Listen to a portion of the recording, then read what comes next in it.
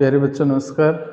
हम हमारी जो हिंदी साहित्य की पाठ्य पुस्तक रीतिकालीन काव्य को पढ़ रहे थे। तो बीए बीएड की जो द्वितीय वर्ष की प्रथम पुस्तक है, और इसमें हम लोगों ने जिस तरह से अध्ययन किया कि ये जो रीतिकाल है और रीतिकाल के अंदर जो छंद हैं और जो काव्य के अंदर छंद है और छंदों का हम लोग अध्ययन कर रहे थे। और उसके बाद छंदों के जो भेद थे और छंदों के भेद के अंतर्गत हमें देखने को मिला कि जो इसके दो भेद बताए गए, वर्णिक और मात्रिक। ठीक है, तो मात्रिक छंदों के बारे में हम लोगों ने थोड़ा सा कल पढ़ा था। उसके बाद अब आगे वाला जो बिंदु है तो उसके अनुसार वर्णिक छंद। तो वर्णिक छंदों के अंदर ये कहते हैं कि जिन छंदों के चारों चरणों में वर्णों की संख्या बराबर होती हो, ठीक है, तो वो अपने आप में वर्णिक छंद है, उन्हें कहा जाता है। इनका कहना ये है कि जिस तरह से हमारे जो मात्रिक छंद थे, उन मात्रिक छंदों के अनुसार ही थोड़ा सा उसमें परिवर्तन करते हुए वो कहते हैं कि जिन छंदों की चारों चरणों में वर्णों की संख्या होती है, संख्या बराबर होती है, वो आपके वर्णिक छंद कहलाते हैं। इनके अंतर्गत जो छंदों के नाम है, उन छंदों में इंद्र वज्र, उपेंद्र, वज्र और वंशस्थ। ठीक है, तो ये इनके अंतर्गत आते हैं। इसी क्रम में जिस तरह से थोड़ा सा कहना मतलब संख्याओं के आधार पर है और वर्णों के आधार पर थोड़ा सा परिवर्तन है, और उसके साथ साथ जो परिभाषा है वो कुछ उससे थोड़ी सी मेल खाती भी है मात्रिक छंद से भी।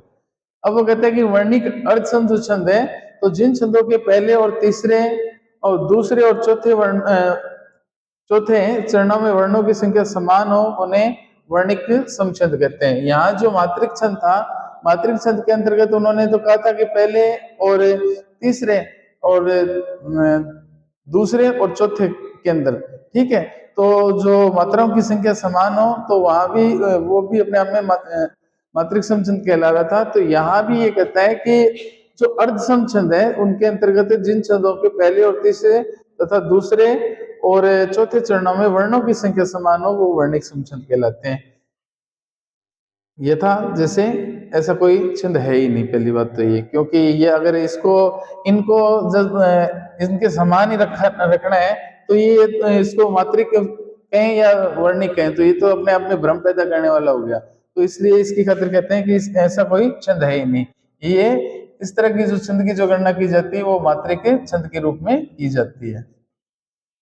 मात्रिक छंद, और मात्रिक छंदों में विशेष करके जो दोहा छंद है, और दोहा छंद के अंतर्गत जिस तरह से हम आगे इनकी गणना करें तो दोहा के खातिर मैंने कल भी बताया था कि जिस तरह से हनुमान चालीसा है, हनुमान चालीसा में जो सर्वप्रथम लिखा अपना दोहा लिखा हुआ है ना, श्री गुरु चरण सरोज रज निज मन मुकुर सुधारी, वर्ण रघुर विमल जसो जो दायक फलचारी, बुद्धिहीन तनु जान के सुमिरो पवन कुमार, बल बुद्धि विद्या देव मोहि हरहु क्लेश विकार। तो ये अपने आप में एक दोहा छंद का उदाहरण हो गया। इसी क्रम में दोहा का मात्रिक छंदों का जिक्र करेंगे हम लोग, और उसी में जैसे दोहा का एक और उदाहरण देखें तो वो कहते हैं कि मेरी बहु बाधा हरो राधा नागरी सोई, जातन की झाई परे श्यामो हरित दूती होई। ठीक है, तो इनमें जिस तरह से बताया गया है ना, तो इनमें भी मात्राओं की जो गणना है वो इसी प्रकार से होगी। या फिर कह सकते हैं कि माली आवत देखी के कलियां करे पुकार, फूले फूले चुनी लिए काले ही हमारी बार। तो ये सारे के सारे क्या है कि अपने आप में मात्रिक छंद के उदाहरण है, इनको भी हम लोग पढ़ेंगे। उसके बाद तीसरे बिंदु के अनुसार वो कहता है कि वर्णिक विषम छंद है। तो अब वो कहता है कि जिन छंदों के चारों चरणों में वर्णों की संख्या समान न हो तो ऐसा जो छंद है वो वर्णिक विषम छंद कहलाता है। अब इसकी खातिर बताया जाता है कि ऐसा भी कोई उदाहरण नहीं है। यहाँ तो वो कहता है कि ऐसा कोई छंद नहीं है, और यहाँ ये कहता है कि ऐसा कोई उदाहरण नहीं है जिसके अंदर छंद के चारों चरणों में समान वर्णों की संख्या समान न हो। ठीक है, और उसके बाद वो कहता है कि उपयुक्त भेदों के अलावा अगर साधारण और दंडक दो अन्य भेद हैं और बताए गए हैं इसके, और माने गए हैं, और ये भेद मात्राओं तथा वर्णों की संख्या के आधार पर किए गए हैं। ठीक है, तो कहने का मतलब ये है कि जिस तरह से पहले जो मात्रिक और जो वर्णिक जो छंद है, उन छंदों के अनुसार ही, इनके भेद के अनुसार वो कहते हैं कि उपयुक्त भेदों के अलावा साधारण और जो दंडक के दो अन्य भेद और माने गए हैं इसमें, और ये भेद मात्राओं और वर्णों की संख्या के आधार पर किए गए हैं। अब ये क्या कहते हैं, इसमें थोड़ा सा विशेष है, इस पे प्रकाश डालते हैं तो वो कहता है कि मात्रिक छंदों में 23 मात्राओं तक का जो कोई छंद हो तो वो साधारण छंद कहलाता है आपका। जिनके अंदर, मात्रिक छंदों के अंदर जिनमें 23 मात्राएं आती है ना, तो वो आपका अपने आप में एक कह सकते हैं कि साधारण है जो छंद है, वो साधारण मात्रिक छंद कहलाता है। और ठीक इस 23 का उल्टा कर लो, 32, ठीक है, और 32 से अधिक मात्राओं की संख्या वाले छंद को दंडक कहते हैं। अब दंडक और साधारण को याद रखने का सबसे सुंदर तरीका ये है कि मात्रिक छंद के अंदर तो 23 तक मात्रा हो, ठीक है, और वो जो छंद है वो साधारण कहलाएगा, साधारण एक सामान्य, ठीक है, और जिसमें 32 से अधिक मात्राएं हो तो वो जो छंद है वो दंडक कहलाता है। ठीक इसका उल्टा वर्णिक में कहते हैं कि वर्णिक छंदों में 26 वर्णों, 26 वर्ण है, इसको अपने जिस तरह से अपने ABCD है ना, अंग्रेजी वर्णमाला, तो उसके आधार पर भी इसको याद रख सकते हैं। 26 वर्णों तक छंदों को साधारण, ठीक है, मात्रिक के अंदर तो कहता है कि 23 मात्राओं तक साधारण है, जबकि वर्णिक के अंदर कहता है कि 23 वर्णों तक साधारण है, ठीक है, और 26 से अधिक वर्णों वाले छंदों को दंडक कहते हैं। अब दोनों की परिभाषा मात्रिक और वर्णिक दोनों के आधार पर, अब वो कहता है कि 23 मात्राएं हो, 23 मात्रा तक साधारण और 32 से अधिक मात्रा हो तो वो अपने आप में दंडक है। अब ये कहता है कि वर्णिक छंद के अंदर 26 वर्णों तक तो साधारण और 26 से अधिक हो वो आपका दंडक, ठीक है।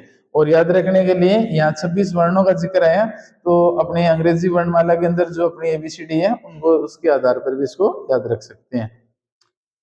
उसके बाद वो कहता है कि ये जो प्रमुख छंद है वो सर्वप्रथम मात्रिक छंदों का विवेचन करते हैं। कहने का मतलब ये है कि अगर हम छंदों को पढ़ें तो इन छंद को एक तरह का बंद है अपने काव्य के अंदर है, कह सकते हैं कि मात्रा, वर्ण, लय, गति, ठहराव, ठीक है, प्रभाव, तो इनकी अगर हम लोग गणना करें या इनका हम विवेचन करें, इनके बारे में हम पढ़ें तो वो कहता है कि सर्वप्रथम मात्रिक छंदों का विवेचन करते हैं मात्राओं के आधार पर, क्योंकि वो जो चीजें हैं ये एक तरह से प्रकृति के नियम के अनुसार ही, मान लो किसी चीज को शुरुआत करें तो जैसे नीचे से ऊपर की तरफ बढ़ते हैं, तो वैसे ही वो कहता है कि अगर हम इस चीज का अध्ययन करें, विवेचन करें, तो वो कहते हैं क्योंकि इनकी प्रकृति से अधिक अनुरूप है, और यही कारण है कि हिंदी में मात्रिक छंदों का प्रयोग है वो अधिक किया गया है। अब उसके कारण, इसका कारण भी वो कहते हैं कि इसका प्रमुख कारण ये रहा है कि इसमें क्या है कि इनकी प्रकृति कुछ इसी प्रकार की बनी हुई है,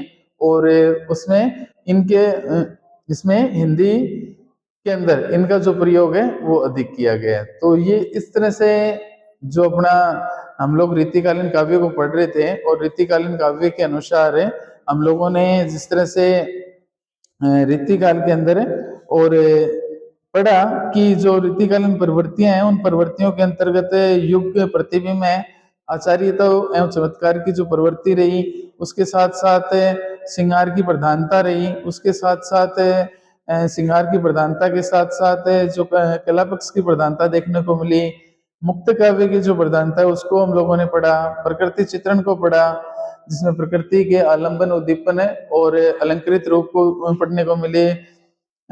इसी के अंदर एक विशेष देखें तो वीर रसात्मक काव्य की रचना की गई, नीतिपरक दोहे की रचना हुई, छंद को हम लोगों ने पढ़ा। और अब अगला जो बिंदु है उस अगले बिंदु के अनुसार वो कहते हैं कि इसके जो विषय थे उन विषय में, और उन विषयों को लेकर के जिस तरह से जो मिस्र बंधु थे उन मिस्र बंधुओं ने इसे क्या है कि एक तरह से अलंकृत काल के नाम से पुकारा, और अलंकृत नाम से पुकारने के साथ साथ स्वाभाविक सी बात है कि अपनी रचना को सुंदर ढंग से प्रस्तुत करने के लिए उन्होंने अलंकारों का सहारा लिया। तो विषय के बाद जो अगला बिंदु आता है उससे वो आता है आपका अलंकार। तो अलंकार मनुष्य शरीर की सुंदरता को बढ़ाने के लिए जिस तरह से आभूषण का प्रयोग किया जाता है, उसी तरह से काव्य की शोभा को बढ़ाने के लिए अलंकारों का जो प्रयोग है वो किया जाता है। अलंकार पढ़ने से पहले हम लोग जिस तरह से वह थोड़ी सा प्रकाश डालें कि ये जो मात्रिक और वर्णिक छंद है, तो मात्रिक और वर्णिक छंदों के अंतर्गत कौन कौन से जो उदाहरण है और किस तरह से इनकी मात्राओं की गणना की जाती है, इसको जब हमारा ये छंद वाला बिंदु आएगा तो उसको और अच्छे से प्रकाश में डाल लेंगे। और उससे पहले उन्होंने बताया कि जिस तरह से दोहा छंद है, या मैं आपको बताऊं कि चौपाई है जो सममात्रिक छंद है, ठीक है। तो इनके उदाहरणों को भी हम लोग पढ़ सकते हैं। तो उनमें वो कहता है कि मेरी बहु वादा हरो राधा राधा नागरी सोई, जातन की झाई परे श्यामो हरित दूती हुई। तो ये अपने आप में एक दोहा छंद का उदाहरण है। माली आवत देखी के कलियां करे पुकार, फूले फूले चुनी लिए काले हमारी बार। तो ये अपने आप में क्या हो गया कि एक दोहा छंद का उदाहरण हो गया। और जिस तरह से हम लोग चौपाइयों का जिक्र करें तो चौपाइयों में तो क्या है कि चारों चरण है वो समान, ठीक है, और उसमें मात्राओं की संख्या भी समान, क्योंकि 16-16 मात्राएं आती हैं उसमें। और 16-16 मात्रा आने के साथ साथ एक उदाहरण देखें तो जिस तरह से शुरुआत हम हनुमान चालीसा से कर रहे थे, तो उनकी अगली जो चौपाई है ना, जय हनुमान ज्ञान गुण सागर, जय कुबिस्ती लोग जाकर रामदूत अतुलनामा, अजनी पुत्र पवन सुतनामा। तो इनके इसके आधार पर भी उसकी जो पहचान है वो की जा सकती है। इसके साथ साथ वो कहता है कि चौपाई के अंत में दो लघु या दो गुरु होते हैं और अंत में एक गुरु और एक लघु न हो। उसके साथ साथ एक उदाहरण के रूप में वो प्रस्तुत बताने की कोशिश कर रहे हैं कि जाकी रही भावना जैसी प्रभु मूर्ति तिन देखे तैसी, देखे ही भूप महारण धीरा, मनोह वीर रस धरे शरीरा, सुनी जननी सोह सुत बड़ी भागी, जो पितु मात वचन अनुरागी। अर्थात वो कहते हैं कि भगवान राम जी ने जिस तरह से उनके चरित्र का वर्णन करते हुए और उनके बारे में बताया जाता है कि उन्होंने जिस तरह से जिसकी जैसी भावना रही ना, और प्रभु को उन्होंने उसी रूप में देखा। और उसके साथ साथ वो कहते हैं कि देखे ही भूप महारण धीरा, मनोह वीर रस धरे शरीरा। अर्थात रणभूमि के अंदर और उनका जो रूप देखा तो ऐसा लगा कि जैसे एक अपने आप को बड़ा भागी समझने वाला। उसके साथ साथ वो कहते हैं कि सुने जननी सोह सुत बड़ भागी, जो पितु मात वचन अनुरागी। अर्थात अपने माता पिता के प्रेम के चलते और उन्होंने बड़े स्नेह पूर्वक है और अनुराग अर्थात प्रेम, तो उन्होंने क्या है कि उनको से स्वीकार कर लिया। जिस तरह से राम जी को 14 वर्ष का वनवास है, भरत को राज सिंहासन है, तो इस तरह से वो तो एक अलग भाव रह गया। किंतु यहाँ अगर छंद की दृष्टि से देखें तो यहाँ चौपाई और इन चौपाई के अंदर 16-16 मात्राएं और सममात्रिक छंद। इसी क्रम में वो कहता है, जिस तरह से मैंने आपको बताया कि दोहा जो छंद है, दोहा का ठीक उल्टा सोरठा होता है। इसमें जो प्रथम चरण के अंदर 13 और 11 मात्राएं हैं, और द्वितीय के अंदर 13 और चतुर्थ के अंदर फिर 11, और ठीक है सोरठे में इसका उल्टा कर लो, यहाँ 11 आ जाएंगे पहले में, दूसरे में 13, तीसरे में 11 और चौथे में 13, ठीक है। तो अगर इसका एक उदाहरण देखें तो सोरठा के उदाहरण के अनुसार वो कहता है कि प्रथम और द्वितीय चरण के अंदर 11-13 मात्राएं जो विषम चरण है, और द्वितीय और चतुर्थ चरण में 13-13 मात्राएं जो सम चरण है, और विषम चरण में तुक साम्य है, और ये दोहा के ठीक है विपरीत है। उदाहरण के लिए देखें तो कहता है कि लिख कर लोहित लेख, डूब गया दिन आ है, व्योम सिंधु सखी देखे, तारक बूंद बूंद दे रहा। अर्थात यहाँ उन्होंने बताने का प्रयास किया कि किस तरह से ये अपने आप में विषम चरण आ रहे हैं और किस तरह से समचरण आ रहे हैं, ठीक है। और इसी क्रम में हम लोग देखें तो जो वर्णों के आधार पर, और वर्णों के आधार पर जिसमें समान वर्णों की जो गणना की जाती है, और वर्णों के आधार पर वो कहते हैं कि जिन छंदों के चारों चरणों में जो वर्णों की संख्या वो बराबर होती हो, और उन्हें हम वर्णिक समछंद कहते हैं, जिसके अंतर्गत इंद्र वज्रा, उपेंद्र वज्रा और वंश, ठीक है। और अर्धसम की खातिर वो बताया कि उन्होंने उस जरूर अपनी परिभाषा जरूर की, लेकिन वो कहता है कि ऐसा कोई छंद है ही नहीं, ठीक है, जिसके अंदर पहले और तीसरे और दूसरे और चौथे चरण के अंदर वर्णों की संख्या समान होती है, तो ऐसा कोई छंद मिला ही नहीं। और उसके साथ साथ विषम जो छंद है, वर्णिक विषम छंद, तो उसके साथ वो कहता है कि चारों चरणों में वर्णों की जो संख्या समान न हो, तो ऐसा कोई उदाहरण भी नहीं है। ठीक है, तो इसकी खातिर भी वो कहता है कि ऐसा कोई उदाहरण नहीं है। और उसके साथ साथ मात्रिक छंदों के अंदर जो 23 से मात्राओं तक उसने साधारण माना और 32 से अधिक मात्राओं वाले छंद को उन्होंने दंडक का। इसी तरह से वर्णिक के अंदर 26 वर्णों वाले को साधारण और 26 से अधिक वाले को दंडक है। तो इसी क्रम में जो कल एक हम विषम मात्रिक छंद पढ़ रहे थे, तो विषम मात्रिक छंद के अंदर जिस तरह से जो छप्पे और कुंडलियां थी ना, और उसके अंदर वो कहता है कि उसमें कुल 6 चरण होते हैं। तो इन 6 चरणों के अंतर्गत वो कहता है कि प्रथम दो चरण जो है वो आगे के वो दोहा के, और आगे के 4 चरण है वो रोला के, और प्रत्येक चरण के अंदर 24-24 मात्राएं होती हैं। तो ये क्या है कि दोहा प्लस रोला बराबर कुंडलियां। ठीक है, तो इनकी जो पहचान है वो इस तरह से की जाती है। इसकी जो उदाहरण है और उसके उदाहरण के अनुसार इसको पढ़ करके देखें, तो वो कहता है कि बिना विचारे जो करे सो पीछे पछताए, काम बिगाड़े आपनो जग में होत हंसाए। जग में होत हंसाए कहने मतलब दोबारा आ गया। ठीक है, वही चीज है, वो दोबारा आ गई। जग जो चौथी पंक्ति थी ना, चौथी पंक्ति के बाद है फिर वो दोबारा उसी पंक्ति से जुड़ता है। जग में होत हंसाए चित में चैन न पाए, खान पान समान राग रंग मन ही न भावे। कहे गिरधर कवि दुख कछु टरत नटारे, खटकत है जियो माही कियो जो बिना विचारे। अर्थात वो कहता है कि बिना सोचे समझे कोई कार्य को किसी प्रकार से किया जाए ना, तो वो अपने आप में एक तरह से कष्टदायी होता है। किंतु यहाँ हमें इसका भाव तो समझना ही समझना है। उसके साथ साथ इसके जो 6 चरण है, और 6 चरण के अंतर्गत वो जो जैसे ये कह रहे हैं ना कि इसमें जो शुरू वाले जो प्रथम 2 चरण है, उन 2 चरणों के अंदर दोहा देखने को मिला। आगे के जो 4 चरण है वो रोला के होते हैं, और उसके साथ साथ प्रत्येक चरण में 24 मात्राएं होती हैं। दोहा प्लस रोला बराबर है कुंडलियां। छंद का जो निर्माण है वो किया जाता है। जो शब्द सबसे प्रारंभ में होता है उसी शब्द से यह समाप्त भी होता है। और उसके साथ साथ वो कहता है कि दूसरी पंक्ति या अंतिम चरण, या कह सकते हैं कि तीसरी पंक्ति के आरंभ में वो दोहराया जाता है। जैसा इसमें बीच में आया भी है ना, कि जैसे हम लोगों ने अभी पढ़ा कि बिना विचारे जो करें सो पीछे पछताए, काम बिगाड़े आपनो जग में होत हंसाए। जग में होत हंसाए, देखो दोबारा फिर ये इसी पंक्ति से वो शुरू कर रहा है। तो ठीक है, उसका भी उनका नियमों के अनुसार, और वो दोबारा इसी चीज को दर्शाता है कि वो कहते हैं कि जग में होता हंसाए, चित